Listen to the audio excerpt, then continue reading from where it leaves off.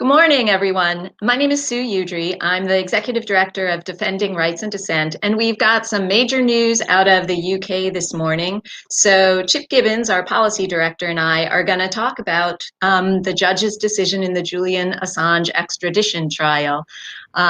So let me welcome you this morning, Chip. Hi. Well, thank you for having me on, Sue, on this program of Defending Rights and Dissent, where I am Policy Director. Well, it's great to have you, and Happy New Year. And it's starting off pretty decent with the judge's decision not to extradite Julian Assange. Can you give us your take on that? Tell us. I mean, ultimately, it is a good decision in the sense that Julian Assange will possibly not be extradited to the U.S. The judge rejected extradition. Obviously, the Crown Prosecution Service, acting on behalf of the U.S., will appeal the decision. There's going to be a bail hearing on Wednesday. It'll be very interesting to know if Julian Assange gets bail or not. I don't see what argument they have to deny him bail, but he has been, imprisoned first in an embassy, then in Belmarsh in ridiculous conditions. So I don't 100% know what will happen there. The downside to the decision, though, is that while it's really great for Julian Assange, and I'm very happy for him and his family, given that he has faced so much and been tortured, is that on the substantive level, it's not a really good decision for press freedom. And it also raises some really disturbing questions about how extradition law can be applied in the UK. The judge found that the UK-US extradition treaty, which prohibits the extradition for political offense, doesn't apply because something else applies instead of it, which is really very shocking. And just to be clear, the judge rejected Julian Assange's arguments about press freedom. They rejected Julian Assange's arguments about a political offense. They basically said the U.S. has a right to put a journalist on trial for publishing information. And just to be clear what we're talking about, because there is some confusion on what the charges are, let me read to you from the extradition decision what some of the 18 counts are described as. I won't read the whole thing, but I'll read some of it. Count 1, conspiracy to obtain and receive and disclose national defense information, punishable by a maximum of 10 years imprisonment. It is alleged that between 2009 and 2015, that Assange conspired with others, known and unknown, to commit the following acts. First, obtain documents relating to the national defense, including Guantanamo Bay detainee assessment briefs, U.S. Department of State cables, and the Iraq rules of engagement. To communicate the detainee assessment briefs, the diplomatic cables, and rules of engagement to the extent that they can. So it's pretty. This is about publishing, right? The national defense information that Assange is charged with illegally obtaining, illegally disseminating, etc., is the Guantanamo Bay detainee files, which showed that the U.S. was holding people at Guantanamo, knew it was innocent, the State Department cables, which gave quite an interesting look into how the U.S. behaves around the world, and the Iraq rules of engagement. And it's really very disturbing that a judge anywhere would think that was okay. And another charge, it says that he, it is alleged that Assange, together with others unknown, aided, abetted, counseled, and induced, procured, and willfully caused Ms. Manning to obtain detainee assessment briefs. It is alleged that he had reason to believe the information would be used to damage the interests of the U.S. or to the advantage of a foreign nation. How on earth does publishing the Guantanamo Bay detainee files, some of which has been used to aid Guantanamo Bay detainees in their quest for human rights, which showed the U.S. was holding people, how is that harming the national security of this country? I mean, that is a dangerous, dangerous charge that is just completely unfathomable. So while this is a great day for Julian Assange, and I want to be clear, this is a great day for everyone because of that, there are still some really disturbing questions about press freedom at stake here. There really are. There really are huge concerns about the judges kind of skipping over the fact that these charges are are so so clearly political in nature, right? And but then on the other hand, she did call out the brutality of the U.S. prison system, and how sending a man who's been basically tortured and held in solitary confinement, right? Over his mental illness and autism. So our prison system is so brutal that it could induce him to commit suicide or otherwise spiral into mental illness. They explicitly called out the use of special administrative measures, which we've seen in terrorism-related terrorism-related cases who are alleged to commit terrorism, where they're sort of blocked with communication with the outside world. I believe the judge also referenced Ms. Manning's attempt to take her own life when she was being held in contempt. So, the U.S. government in, going after Ms. Manning a second time, as well as just the general brutality of the U.S. prison system, really, really undermined itself in this case. And this is not the first time the UK has refused to extradite someone to the U.S. on these grounds. I believe there are several individuals who had autism, and the UK refused to extradite them to the U.S. because of the prison conditions. And I believe there have been some similar findings, maybe a little more broadly, about U.S. prison conditions. So, the world is horrified by our prison system, and the British system doesn't take much cake. Julian Assange is being held in terrible conditions in Belmarsh. I believe he's claimed he hasn't had heat in his cell, just really horrifying conditions. And yet, even after all that, they decided that, U.S. Supermax prison is a bridge too far.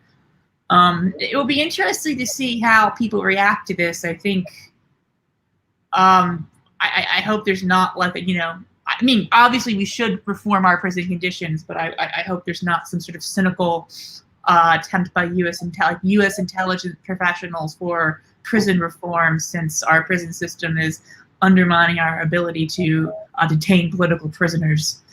That'd be a very right. But who knows? So let's talk, Chip, about the special case that is the Julian Assange prosecution. This is different from other whistleblower cases that Defending Rights and Dissent has spoken out on and done a lot of advocacy work around, because Julian Assange is a journalist. He is not a current or former government official who took some oath to keep secrets. He's a journalist who really their oath is to share secrets, right? He's also not a U.S. citizen, right? Right, beyond no oath to the U.S. government. Like an Australian national does not owe allegiance to U.S. foreign policy in Afghanistan, right? Whatever else we may think of any of these subjects, like the idea that, an Australian national can commit espionage by, printing damaging information about U.S. conduct in Afghanistan is just mind-blowing. And you hit on two important points. First, Julian Assange, if he was to stand trial in the U.S., would be the first person to go to trial under the Espionage Act who was not a government employee or had signed a non-disclosure agreement as a government contractor. There's one other case with APAC officials where people were indicted, and that was the first of such an indictment. And regardless of what you think of the policies of APAC, and I imagine many people have many criticisms of the types of policies they advocate for, that was a very significant step.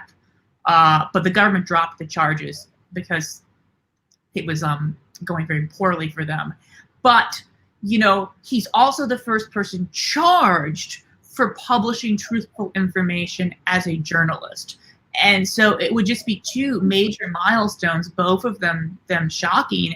And, the New York Times has said that if you can, if you can charge Mr. Assange with this opens the door to charge the New York Times. The New York Times worked with Wikileaks to publish much of the information in question. I believe the New York Times published the Guantanamo Bay detainee files. So it just creates a terrible, terrible precedent. And it's worth noting that the UK's own domestic law is not as protective of free speech as the US's is. There is something there called the Official Secrets Act, and it's even worse than the Espionage Act. And, journalists do get what's called D-notices, telling them they can't publish classified information. So I do think that is part of the problem with the, British judge here, is that under UK law, what the US is trying to do is not actually that out of bounds, whereas in the US, it's always been believed that prosecuting a newspaper or journalist or publisher for information, regardless of how that information was obtained, regardless of how a third party obtained information, not how that person obtained, how a third party did, would be unconstitutional. And the Obama administration, looked at charging Assange and ultimately backed off for that reason. Right. Trump administration is even less friendly to the First Amendment than the Obama administration is. Right. So I think you raise an important point, that it's not for us to have to rely on the UK to protect our freedom of speech is not really a very firm foundation, since the UK is less friendly to free speech rights, which is why we had to fight a revolution and leave that country. But anyways, the thing I wanted to bring up is, let's talk a little bit more then about the Espionage Act, which Defending Rights and Dissent has been fighting the use of the Espionage Act to prosecute whistleblowers for a decade. And we've seen since the Bush administration, and particularly under Obama and then under Trump, the escalation of the use of the Espionage Act as a tool to silence whistleblowers and keep information secret. Sure. So the Espionage Act is passed during World War I. It's infamously used to prosecute members of the Socialist Party and industrial workers of the world for saying things like, Woodrow Wilson is for Wall Street, or the draft violates the 13th Amendment, or Debs' speech where he said the master class has always started the wars, the working class has always fought them, and were we right, let the people decide. And then in the 70s, the Nixon administration brought charges against Anthony Russo and Daniel Ellsberg for, I don't want to use the phrase leaking, for disclosing the Pentagon Papers. That's the secret history of the Vietnam War the U.S. government had to the media. And, at trial, Daniel Ellsberg wanted to take the stand and explain himself, and he was barred from doing so. The judge intervened and said, no, you can't explain why you did that. It's not relevant information here. And there's one other person who's prosecuted in the 80s. That person gets a pardon from Bill Clinton at the urging of Daniel Patrick Moynihan. Daniel Patrick Moynihan urges Clinton to pardon him on the basis that prosecuting someone for leaking information under the Espionage Act is so unusual. It's such a bizarre case. And then the Bush administration starts this process of indicting people like the AIPAC people, or investigating various people under the Espionage Act who are accused of whistleblowers. They don't actually indict any whistleblowers, but when Obama comes in, they revive those cases that are started under the Bush administration. I believe in some cases, like that of John Kariaki, they were actually closed out under Bush and reopened under the Holder Department of Justice. And they begin this horrifying war on whistleblowers, where they start charging people under the Espionage Act for leaking classified information. And if you're indicted under the Espionage Act, you have very little chance of a fair defense if you're a whistleblower, because you're not allowed to explain why you did it. Evidence about what you leaked is probably unlikely to come to trial. And the theory is basically like, oh, you're a government employee, You heard leaking classified information was bad. You gave it to a journalist. End of story. That's the crime. So anything else is irrelevant. So if Edward Snowden was to stand trial in the U.S., I mean, imagine a jury, maybe not in the Eastern District of Virginia where he tried, but maybe out in Montana or somewhere like that. And the people heard, okay, this guy gave information to a journalist. The journalist won a Pulitzer Prize. Congress, who had been lied to under oath about what the NSA was doing, many of them learned for the first time. They changed the law. I know we don't think the change was satisfactory, but I wouldn't tell the jury that if I was Snowden's lawyer. They changed the law. Couldn't have done so without the Snowden disclosure. Then the Ninth Circuit ruled this program was illegal and unlikely constitutional, and makes it very clear in their ruling the only reason they can rule on it at all is because of the Snowden disclosures. So you're sitting out there, you're an upright Montanan, you're on the jury, and the U.S. federal government says, yeah, this guy gave information, didn't harm anybody. We don't believe he's an agent of the Russian or the Chinese, as Chris, the deputy director of NSA at the time, is on tape saying. Pulitzer Prize winning reporting, Congress is lied to, ended surveillance, or not ended, Trump did some stuff that wasn't good enough. Reform. It caused some reform.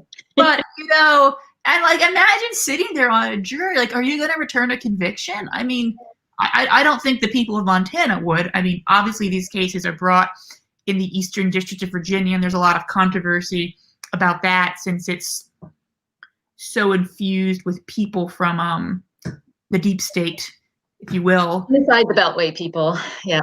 Oh, Marcus, my cat, just brought me this toy. He picked it up in his mouth and dropped it off in front of me while I was doing this interesting update from my house. And just, but none of that information would ever be heard from the jury. You just hear it was classified information. He was told if he gave it to the public, it would damage national security. He gave it to this person who wasn't authorized to receive it. And they would probably get a jury instruction, right? The jury that just was like, if he did X, Y, and Z, he's guilty. And, in this case, Edward Snowden did do X, Y, and Z. Right. So that's why we're hard to it can't be used to prosecute folks like Ed Snowden. Yes. And so I want to invite people to participate in a Defending Rights and Dissent action where you can contact your members of Congress to tell them that we need to reform the Espionage Act. And the way you can do that is to check out rightsanddissent.org/take-action. And that'll take you to our action alert, and you can contact your members of Congress, tell them that you want the Espionage Act not to really be defanged and not to be used against whistleblowers, but instead to be kept to its purpose, which is supposed to be to fight against spies, right? Yeah. I mean, the government does not have to prove that a whistleblower had the specific intent to aid a foreign power or harm the national security. In the Assange indictment, as I read, they claimed he had reason to believe leaking the Guantanamo Bay files would aid a foreign power or harm the U.S., which is really disturbing. But if they had to prove specific intent, that would be a higher burden for the government to bear. And it would give a whistleblower indicted a better chance at a defense. Exactly. And I actually misspoke. This particular action that I'm sending folks to is to pardon whistleblowers like Assange, Snowden, and Reality Winner. And the case for the pardon is strengthened by the fact that the Espionage Act needs to be reformed. There is no better case for a pardon than a national security whistleblower charged under the Espionage Act, because their information was in the public interest. The U.S. people had a right to know. They never would have known, and they have zero chance at a fair trial in this country because of the way the Espionage Act is written. There is zero reason why these whistleblowers should not receive a pardon. And it's not just Edward Snowden, it's also Reality Winner, it's also Terry Albury, it's also Daniel Hale. and it's Julian Assange. I would still like a pardon for Assange since, they're going to appeal the extradition decision. Right. And in theory, the U.S., if Assange goes somewhere else, I guess could seek extradition there, right? The U.S. could continue to pursue Assange around the world, which is not something I'm particularly enthusiastic about. So pardon Assange, pardon Snowden, pardon Reality Winner, pardon Terry Albury, pardon Daniel Hale, reform the Espionage Act, and also the Justice Department should just have a directive not to bring these cases, right? Do not bring a case not involving actual espionage. Like there's three levels of reform needed here. We need prosecutorial discretion, we need legislative reform, we need a presidential pardon. Right, exactly. So we're on this morning just to give our initial reaction to the judge's ruling in the UK. But there's a lot more coming up this week that we want to invite folks to share, to log on to learn more about it. A lot of what we know comes from journalist Kevin Gustola, who's been in the UK following this trial. He's long covered whistleblowers and so we're going to be talking to Kevin later this week. We'll share the link with that and share the details as soon as we know for sure exactly when we're going to be broadcasting a conversation with Kevin. I also want to invite folks to check out our website. We're going to have some analysis of the judge's ruling from one of our board members, Patrick Eddington, who's a CIA whistleblower, who's going to give his unique perspective on what the ruling means here in the U.S. and for the Assange case. Anything else we want to invite folks to check out, Chip? I mean, it's always good to check out the Rights and Dissent website. There are so many fantastic things on it. Exactly. And while you're at our website, you can sign up for our regular email updates, which come generally about once a week or once every 2 weeks with invitations to participate in actions or to learn more about specific issues that we're working on. And you also can stop by and make a donation to Defending Rights and Dissent to support our work. We're looking at a change in administration. We know the Biden administration will come in, given the precedence of the way the Obama administration treated whistleblowers, though we're not really looking at smooth sailing in the upcoming administration, though. May I say two things about Mr. Biden, or President-elect Biden? You may, Chip.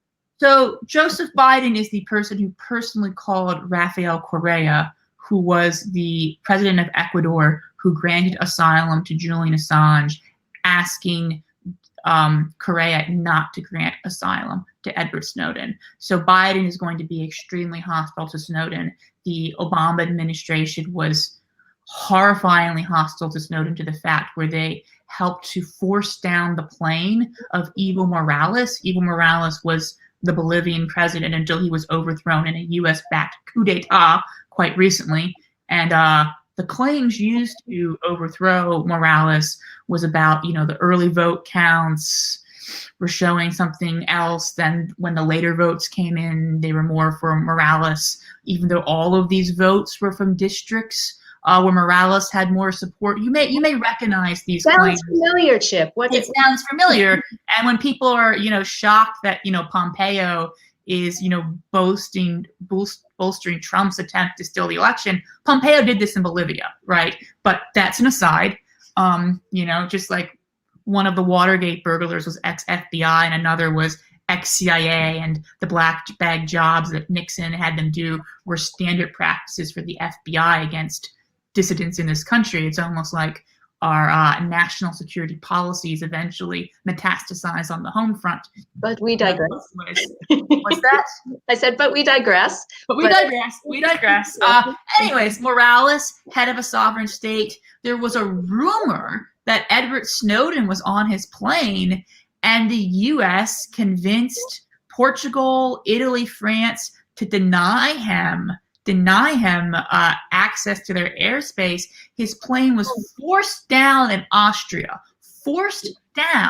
in Austria, and there was a 13-hour standoff between Morales. Remember, Morales is the head of a sovereign state about whether or not the Austrian officials could come on his plane and search for Snowden. The Austrian officials claim they did. The Bolivian government claims Morales stood his ground. I don't know which story is true. And that had severe reverberations throughout Latin America as just a ridiculous act of imperial aggression and just indicative of this neo-colonial attitude that the U.S. has towards sovereign states in the global South.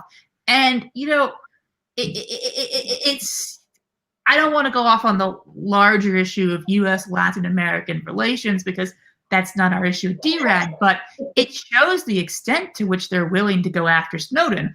On the other hand, Obama did not think Assange should be prosecuted under the Espionage Act. A lot of prominent Democrats who aren't very fond of Assange have made sort of similar remarks. So in some ways, there is actually a opening, I think, for the Assange charges to be withdrawn under the Biden administration. I think the Biden administration could potentially be better news for Assange than Trump, but I think the Biden administration will be worse news for Snowden than Trump. Right. And again, there's the distinction between Assange and Snowden is that Assange is a journalist. And so I guess the Biden, Obama, and Obama administrations can perhaps perceive that distinction better than perhaps the Trump administration. And Snowden's revelations were more personally humiliating to the Obama administration than I believe Assange's were. Yeah, that's a good point too. So I think there's a bit of personal vindictiveness here. So, so we've been on air for our 20 minutes. So we're going to sign off. I want to thank everybody for listening in, and we'll be sharing on the Twitter and the Facebook links to events coming up that'll update you further on the Assange extradition and the impact of that. Anything else you want to add, Chip? No. All right. Thanks a lot, everybody. Happy New Year, and take care. Thank you for having me, Sue. Thank you for joining us, Chip. You're welcome.